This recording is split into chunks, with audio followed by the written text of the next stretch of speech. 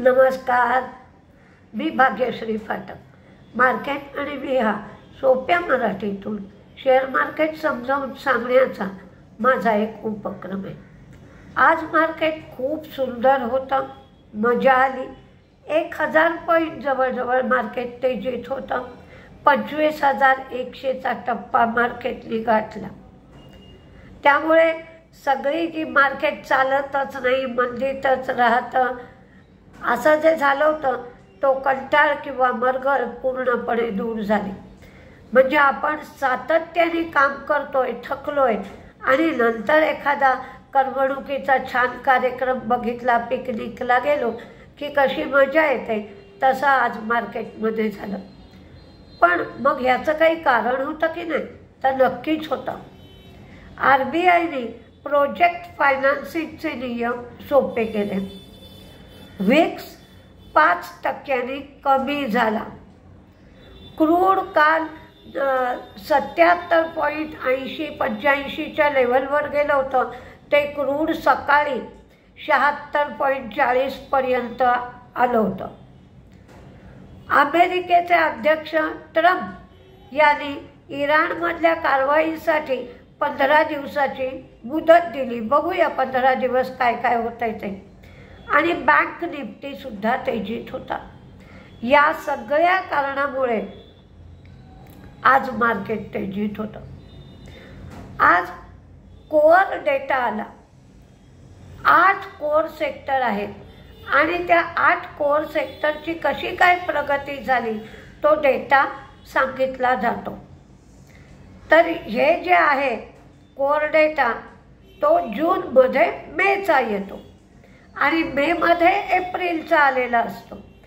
तर हा 1% ग्रोथ होती एप्रिलमध्ये, ती मेमध्ये झाली 0.7. आणि गेल्या वर्षीशी ही जर तुलना केली तर गेल्या वर्षी ग्रोथ होती 6.9%. तर याच्यामध्ये 8 सेक्टर असतात. तर त्या 8 सेक्टरमध्ये ग्रोथ कशी होते? आता हे 8 सेक्टर म्हणजे coal, crude, refined oil, fertiliser, steel, cement, वीज आणि नॅचरल गॅस. तर याच्यामध्ये coal sector, refinery, steel, cement यांची ग्रोथ चांगली झाली. कोल सेक्टर गेल्या वेळेला 3.5 होता, पण आता 2.8 झाला. क्रूड मात्र -2.8 वरनं -1.8. रिफायनरी प्रॉडक्ट्स 4.5% वरनं 1.1%. फर्टिलायझर -4.2 वरनं -5.9. स्टील 4.4% वरनं 6.7. सिमेंट सेक्टर 6.3% वरनं 9.2.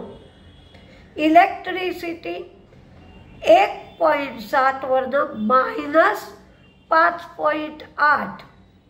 आणि नॅचरल गॅस -0.3% वरनं -3.6. HDB फायनान्शियल याचा IPO येतोय. त्याचा प्राइस बँड जाहीर झाला. हा प्राइस बँड 700 ते 740 रुपये एवढा आहे. HDFC बँक याच्यामध्ये 10,000 कोटीचा स्टेक विकणार आहे आणि 2,500 कोटीचा फ्रेश इश्यू आहे. असा एकंदरीत 12,500 कोटीचा हा IPO येणार आहे. IPO मोठा आहे, पण काही लोक आम्हाला म्हणतात की आम्ही IPO येण्याच्या आधी IPOमध्ये शेअर घेतले तर काय होईल? तर हा जो HDBचा IPO येतोय तो IPOमध्ये जो भाव होता त्याच्यापेक्षा 42% कमी भावाने येतोय। त्यामुळे पुष्कळ वेळेला असं होतं की ज्या काळात तो IPO येतोय त्या काळातल्या मार्केटच्या स्थितीप्रमाणे बँकर्स त्याचा भाव ठरवत असतात। या वेळेला 42% कमी भावाने येतोय, त्यामुळे ज्यांनी प्री ओपन मार्केटमध्ये घेतले असतील त्यांना तेवढं नुकसान सोसावं लागतं। ग्रॅन्युअल्सची 16 जून ते 20 जून या काळामध्ये हैदराबाद API युनिट 1 याची तपासणी झाली होती।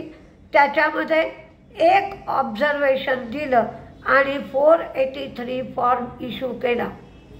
ट्रान्सफॉर्मर्स आणि रेक्टिफायर्स यांना जिंदाल एनर्जी बोट्सवाना यांच्याकडून 12 प्रकारचे ट्रान्सफॉर्मर्ससाठी $1.6 कोटी ऑर्डर मिळाली। जपानची महागाई 3.5% वरून 3.7% झाली।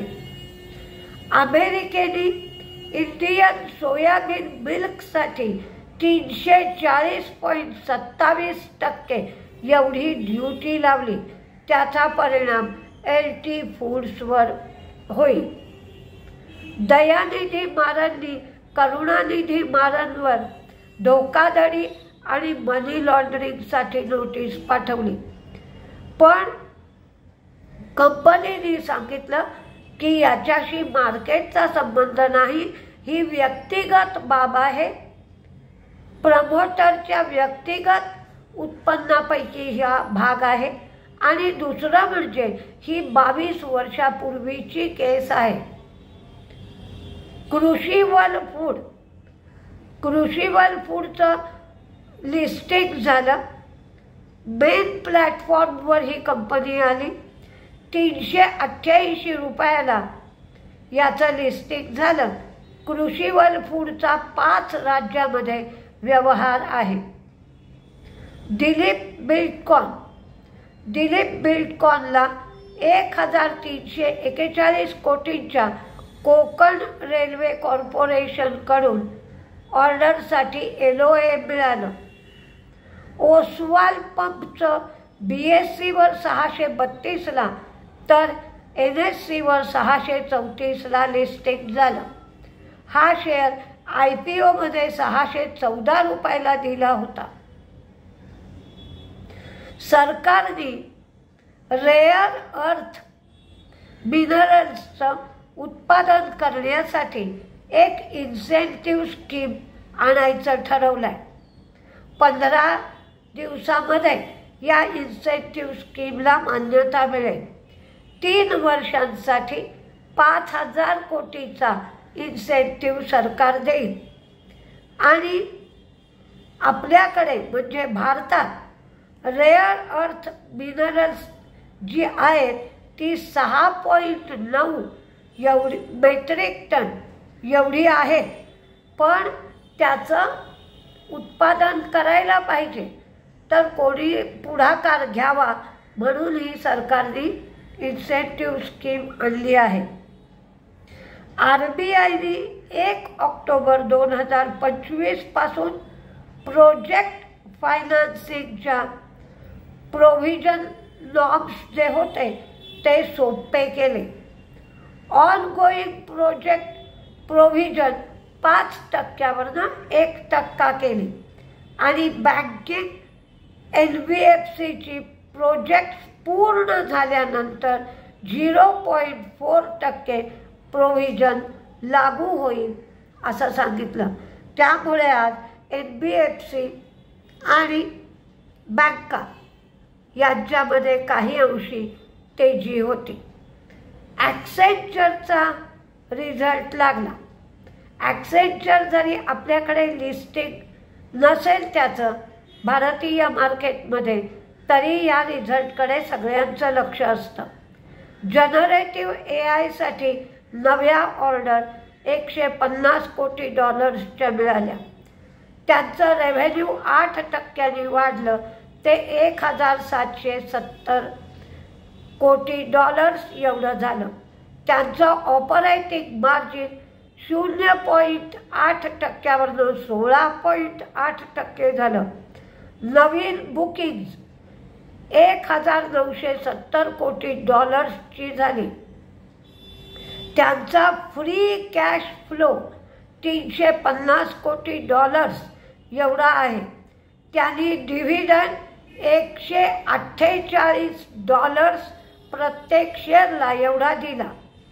त्यांचा EPS 15% वाढला, तो $349 एवढा झाला.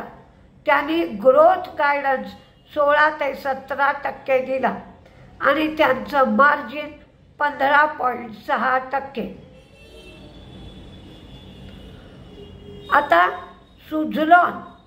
सुझलॉनला एम्पिन एनर्जी ट्रान्झिशन कडून ओळीने तिसरी ऑर्डर मिळाली. 170 मेगावॅटसाठी ही ऑर्डर मिळाली आणि हे विंड प्रोजेक्ट आहे. आज FTSE आणि MSCI याचं रिबॅलन्सिंग व्हायचं होतं आणि या रिबॅलन्सिंगमध्ये विशाल मेगामार्ट, स्विगी, NTPC ग्रीन, वारी एनर्जी याचा समावेश होता. तर सिमेन्स एनर्जी MSCI मधून बाहेर पडणार होतं. त्यामुळे 3 वाजून गेल्यानंतर विशाल मेगामार्ट आणि NTPC ग्रीन हे शेअर तुफान वाढले, कारण पॅसिव्ह फंडचा फ्लो आला त्यामध्ये म्हणून. TCSनी जर्मनीमध्ये 2 ऑटोमोटिव्ह सेंटर्स तर रोमानियामध्ये 1 इंजिनिअरिंग सेंटर सुरू केलं. आज मार्केट सुंदर होतं, त्यामुळे सोमवारी एक आशा निर्माण झाली की मार्केट चांगलं राहील. 25,200च्या टप्प्याकडे सगळ्यांचं लक्ष असेल. बघूया काय होत आहे. तिथून मार्केट परत खाली जात आहे. पुन्हा खाली गेलं की आहे 24,800, मग 24,500, मग 24,200. तर काय होत आहे हे इराण इस्रायल युद्धाचं काय होत आहे ते आपल्याला बघायला लागेल. कारण या युद्धामध्ये चीन, फ्रान्स, ब्रिटन, रशिया हे सगळे इराणच्या बाजूनी आहेत. तर या युद्धाचा कसा कल होतोय, काय होत आहे हे आपल्याला बघायला लागेल आणि त्याचे मार्केटवर होणारे परिणाम बघायला लागतील. तर बघूया कसं काय होत आहे ते. मीही आहे आणि तुम्ही आहात. सोमवारी आपल्याला या परिणामाला तोंड द्यायचं आहे. बघूया. नमस्ते.